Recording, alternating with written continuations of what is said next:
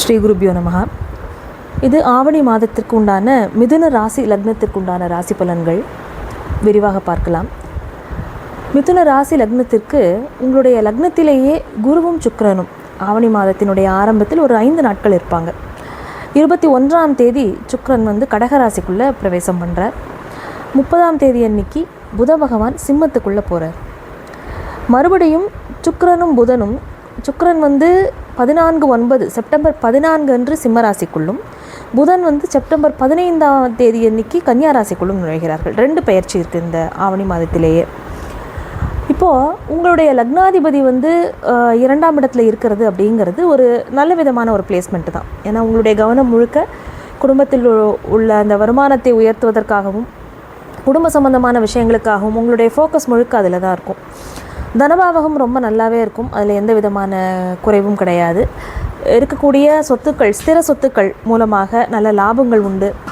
அதன் வகையில் ஏதாவது நமக்கு ஒரு வருமானம் வரணும் அப்படின்னாலும் அதன் மூலமாக வரத்துக்கு வாய்ப்புகள் நிறைய இருக்குது.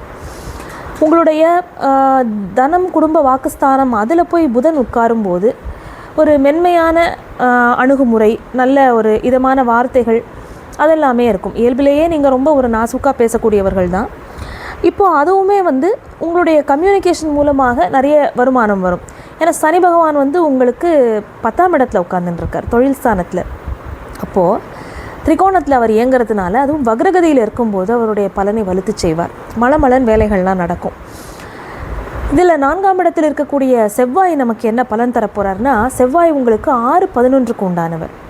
ருணரோக சத்ருஸ்தானத்திற்கும் லாபஸ்தானத்திற்கும் உண்டானவர் செவ்வாய்.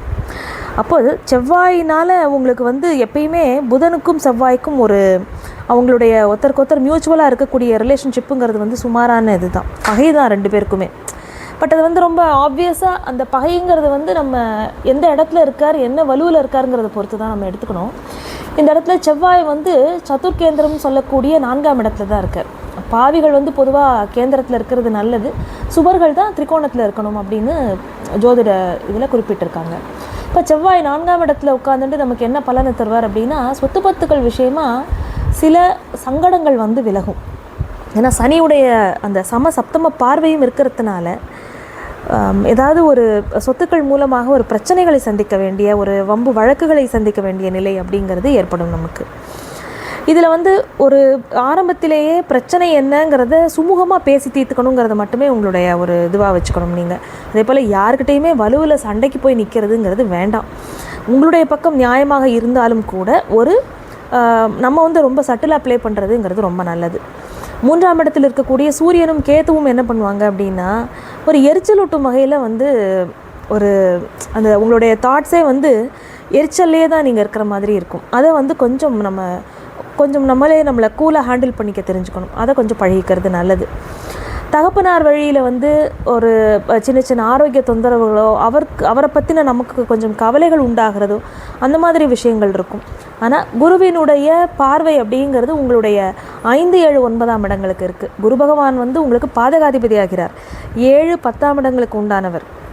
2 கேந்திரஸ்தானம் குரு பகவானுக்கு.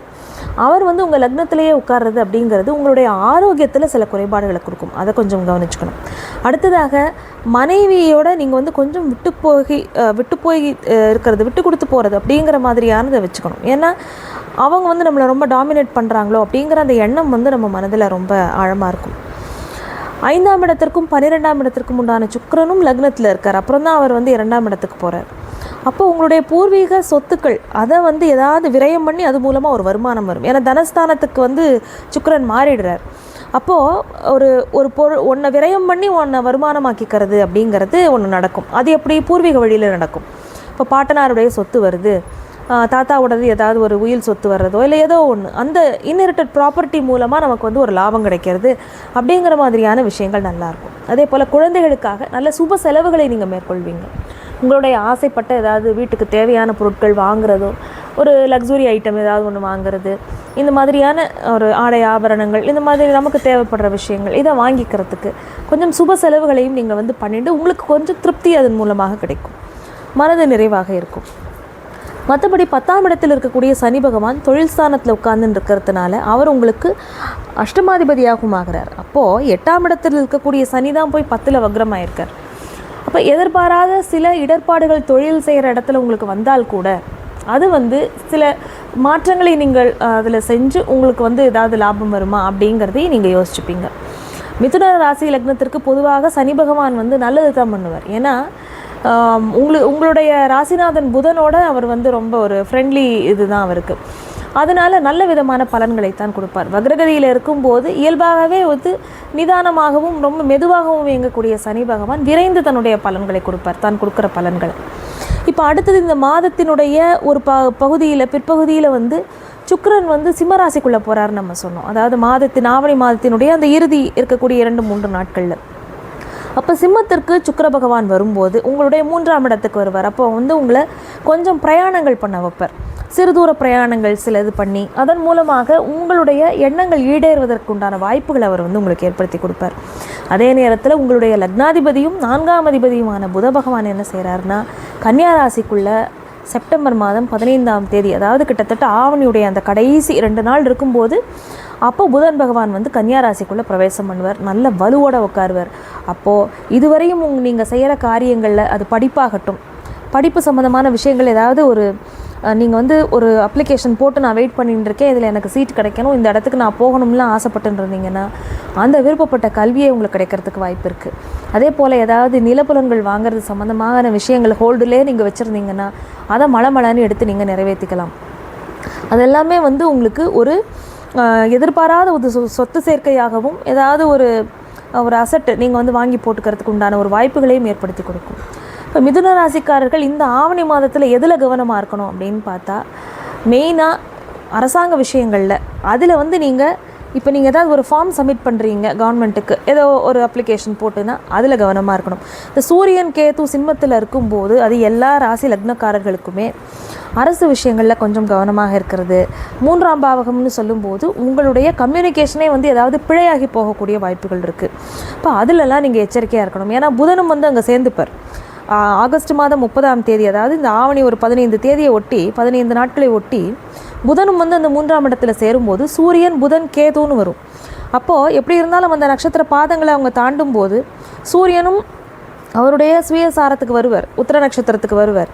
கேதுவும் மக நட்சத்திரமும் அந்த இடத்துல இருக்குது. அப்போ எப்படி இருந்தாலுமே அந்த சூரியன் கேதுங்கிற காம்பினேஷன் அங்கே ஒர்க் அவுட் ஆகியே ஆகணும்.